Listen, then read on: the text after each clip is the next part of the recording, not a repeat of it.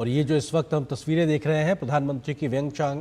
में मौजूदगी उस होटल में जहां प्रधानमंत्री पहुंचे, और हम जानते हैं कि भारत और लाओस के बीच में बहुत गहरे बौद्ध संप्रदाय के संबंध भी हैं, और ऐसे में बौद्ध समुदाय से जुड़े हुए तमाम लोगों की मौजूदगी और प्रधानमंत्री मोदी उनके बीच में निश्चित तौर से दिखाता है कि जिस साझा विरासत और संस्कृति का हम जिक्र करते हैं वो बहुत गहरी जड़ें हैं इन दोनों देशों के बीच में है, और उसी लिहाज से ये बेहद महत्वपूर्ण कुछ तमाम एक तरीके से जो वहाँ पे प्रदर्शन भी है और जो तमाम हमारी साझा विरासत के पुराविशेष मिलते हैं उसका जिक्र। और ये तमाम मुकुट जो है वहाँ पर होने वाली रामायण में जो अलग अलग किरदार पहनते हैं, चाहे वो भगवान राम हो, लक्ष्मण हो, माता सीता हो, उन सब के अलग प्रकार के मुकुट एक तरीके से सुशोभित है, उसका वो तस्वीर थी। और अभी प्रधानमंत्री मोदी बौद्ध भिक्षुओं के बीच में मौजूद और वहाँ पे उनकी धार्मिक मान्यताओं के आधार पर उनके द्वारा किए जा रहे आदर सत्कार को स्वीकारते हुए प्रधानमंत्री मोदी स्वयं एक तरीके से हमेशा एक सम्मान प्रकट करते हैं हर धर्म विशेष के लिए लिहाज से। और जिस प्रकार से भी ये इस वक्त की जो तस्वीरें ये दिखाती है तमाम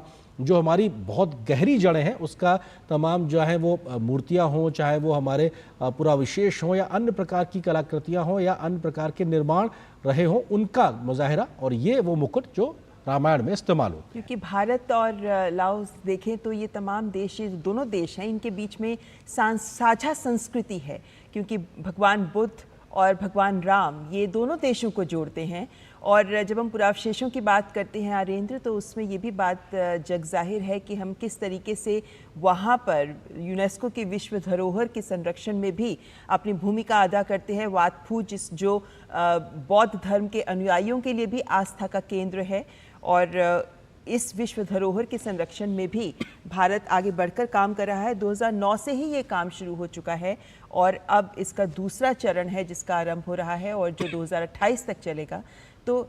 इस तरीके से देखें तो भारत की भूमिका इन मायनों में बहुत महत्वपूर्ण हो जाती है।